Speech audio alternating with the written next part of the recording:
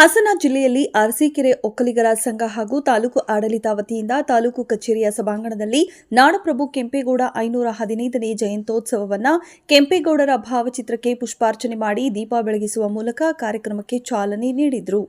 ನಂತರ ಕಾರ್ಯಕ್ರಮವನ್ನು ಉದ್ಘಾಟಿಸಿ ಮಾತನಾಡಿದ ಶಾಸಕ ಹಾಗೂ ಗೃಹ ಮಂಡಳಿಯ ಅಧ್ಯಕ್ಷ ಕೆಎಂ ಶಿವಲಿಂಗೇಗೌಡ, ನಾಡಪ್ರಭು ಕೆಂಪೇಗೌಡರು ಆಗಿನ ಕಾಲದಲ್ಲೇ ಆಧುನಿಕ ಪರಿಕಲ್ಪನೆಯಲ್ಲಿ ನಗರ ನಿರ್ಮಾಣ ಮಾಡಿದರಿಂದ ಬೆಂಗಳೂರು ಇಂದು ಅಂತಾರಾಷ್ಟ್ರೀಯ ಮಟ್ಟದಲ್ಲಿ ಹೆಸರು ಮಾಡಿ ಅಭಿವೃದ್ಧಿ ಹೊಂದಲು ಕಾರಣವಾಯಿತು.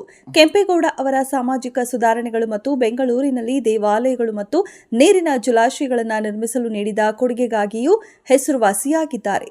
ಸರ್ಕಾರ ಯುಗ ಪುರುಷಗಳ ಜನ್ಮ ದಿನಾಚರಣೆ ಮಾಡುತ್ತಿರುವುದರಿಂದ ಅವರು ಮಾಡಿದ ಒಳ್ಳೆ ಕೆಲಸ ಕಾರ್ಯಗಳನ್ನು ಇಂದಿನ ಪೀಳಿಗೆಗೆ ತಿಳಿಸುವ ಕೆಲಸ ಮಾಡಬೇಕಾಗಿದೆ ಎಂದರು. ಒಕ್ಕಲಿಗರ ಸಂಘದ ಅಧ್ಯಕ್ಷ ಆರ್ ಅನಂತಕುಮಾರ್ ಮಾತನಾಡಿ, ನಾಡಪ್ರಭು ಕೆಂಪೇಗೌಡರು ಎಲ್ಲ ಸಮುದಾಯಗಳ ಅವರ ವ್ಯಾಪಾರದ ಅನುಕೂಲಕ್ಕಾಗಿ ಪೇಟೆಗಳನ್ನು ನಿರ್ಮಿಸಿದರು. ನೀರಿನ ಅನುಕೂಲಕ್ಕಾಗಿ 4 ದಿಕ್ಕುಗಳು ಕೆರೆಗಳನ್ನು ಕಟ್ಟಿಸಿದರು. ಹೀಗೆ ಹಲವಾರು ಜನೋಪಯೋಗಿ ಕೆಲಸ ಕಾರ್ಯಗಳನ್ನು ಮಾಡಿದರು ಎಂದರು.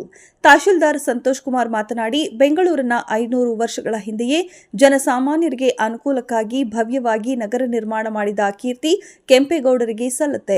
ಪರಿಸರ ಪ್ರೇಮಿಯಾಗಿ ಆಗಿನ ಕಾಲದಲ್ಲಿ ಸಾವಿರಾರು ಗಿಡಗಳನ್ನು ನೆಟ್ಟು ಸುಂದರ ನಗರ ನಿರ್ಮಿಸುವುದರಿಂದ ಈಗಿನ ಆಧುನಿಕ ಕಾಲಕ್ಕೂ ಉಪಯೋಗವಾಗಿದೆ ಎಂದರು. ಬೆಂಗಳೂರು ಒಂದು ಸಮಾಜದ ಪ್ರಹ್ಲಾದಿಯ ಮೇಲೆ ನಿಂತಿಲ್ಲ, ಇಡೀ ಪ್ರಪಂಚವನ್ನು ನೋಡ್ತಕ್ಕಂಥ ಒಂದು ಮಹಾನ್ ನಗರವಾಗಿ ಹೊರಹೊಮ್ಮಿದೆ. ಹಿಂದೆ ಬಸವಣ್ಣನವರ 12ನೇ ಶತಮಾನ ಕಳೆದ ರಾಜ ಮಹಾರಾಜರುಗಳ ಪಂಕ್ತಿ ಸಮಾಜ ಸುಧಾರಣೆಗೋಸ್ಕರ ಸಮಾಜವನ್ನು ಕಟ್ಟತಕ್ಕಂಥ ಪ್ರಾಂತೀಯವಾದ ಸಮಸ್ಯೆಗಳನ್ನು ಬಗೆಹರಿಸ್ತಾ ಪ್ರಾಂತೀಯವಾದ ಸಾಮಂತ ಧೀಮಂತ ರಾಜರುಗಳ ಒಂದು ಆಳ್ವಿಕೆ ಈ ನೆಲಗಟ್ಟಿನಲ್ಲಿ ಇರ್ತಕ್ಕಂಥದ್ದನ್ನ ಅನೇಕ ಚರಿತ್ರಕಾರರ ರಾಜ ಮಹಾರಾಜರುಗಳ ಚರಿತ್ರೆಯನ್ನು ಓದುವುದರ ಅಂತ ನಾವು ತಿಳ್ಕೊಂಡಿದ್ದೇವೆ. ಅಂದಿನ ಕಾಲದಲ್ಲಿ ಈ ಪ್ರಜಾಪ್ರಭುತ್ವ ವ್ಯವಸ್ಥೆ ಬರೋಕ್ಕಿಂತ ಮುಂಚೆ ರಾಜ ಮಹಾರಾಜರುಗಳು ಹೆಸರನ್ನು ಗಳಿಸಬೇಕು, ಆ ರಾಜರಿಗಿಂತ ನಾವು ಒಳ್ಳೆಯ ಹೆಸರು ತಗೋಬೇಕು, ಒಳ್ಳೆ ಕಾರ್ಯಗಳನ್ನ ಕಲ್ಯಾಣ ಕಾರ್ಯಗಳನ್ನು ಮಾಡಬೇಕು, ಒಳ್ಳೆ ಸಾಮ್ರಾಜ್ಯವನ್ನ ಸೃಷ್ಟಿ ಮಾಡಬೇಕು ಅಂತಕ್ಕಂಥ ಭಾವನಾತ್ಮಕ ಚಿಂತನೆ ಕರ್ನಾಟಕದಲ್ಲಿ ಇದ್ದಂತ ನೂರಾರು ಸಾಮಂತ ರಾಜರ ಜೊತೆಯಲ್ಲಿ ಕೆಂಪೇಗೌಡರ ಚಿಂತನೆಯೂ ಕೂಡ ಒಂದು ಮಹಾನ್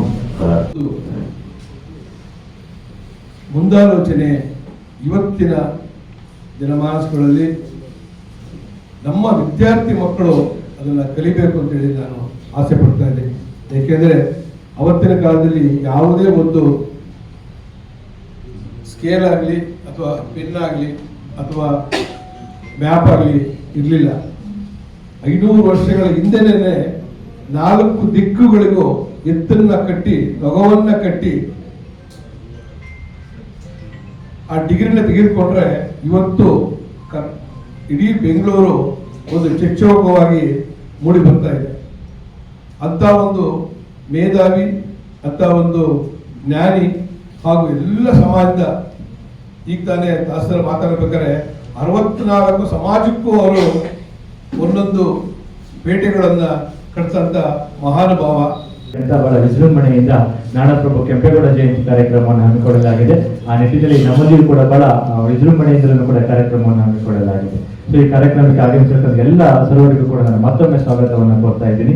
ಸೊ ಪ್ರಾಸ್ತಾವಿಕವಾಗಿ ನಾನು ಮಾತಾಡಬೇಕು ಅಂತಂದ್ರೆ, ನಮ್ಮ ನಾಡಪ್ರಭು ಕೆಂಪೇಗೌಡರು ಅವರಿಗೆಲ್ಲರಿಗೂ ಕೂಡ ಗೊತ್ತಿರ್ತಕ್ಕಂಥದ್ದೇ ವಿಶ್ವದಲ್ಲಿಯೇ ಮಾದರಿಯಾಗಿರ್ತಕ್ಕಂಥ ಬೆಂಗಳೂರನ್ನು ಕಟ್ಟಿದಂಥವ್ರು. ಬೆಂಗಳೂರು ಅಂತ ಅಂದ್ರೆ ಅದು ನಥಿಂಗ್ ಬಟ್ ಕರ್ನಾಟಕ. ಸೊ ಇಂಥ ಒಂದು ಕರ್ನಾಟಕದ ಒಂದು ಸಿಂಹಾಲಿಕ್ ಆಗಿರ್ತಕ್ಕಂತಹ ಬೆಂಗಳೂರು ನಗರವನ್ನ ಒಂದು ವ್ಯವಸ್ಥಿತವಾಗಿ ಅಂದ್ರೆ ಪೂರ್ವಾಲೋಚನೆ ಒಂದು ಮುಂದಾಲೋಚನೆಯನ್ನ ಇಟ್ಕೊಂಡು ವ್ಯವಸ್ಥಿತವಾಗಿ ನಿರ್ಮಾಣವನ್ನು ಮಾಡಿದಂತಹ ನಾಡಪ್ರಭು ಕೆಂಪೇಗೌಡರು. ಸೊ ನಿಮ್ಗೆಲ್ಲ ಗೊತ್ತಿದೆ, ವಿದ್ಯಾರ್ಥಿಗಳು ಕೂಡ ಇಲ್ಲಿ ಭಾಗವಹಿಸಿದ್ದೀರಾ. ಇವರು ವಿಜಯನಗರ ಸಾಮ್ರಾಜ್ಯದ ಒಂದು ಸಾಮಂತರ ರಾಜರಾಗಿದ್ದಂಥವ್ರು.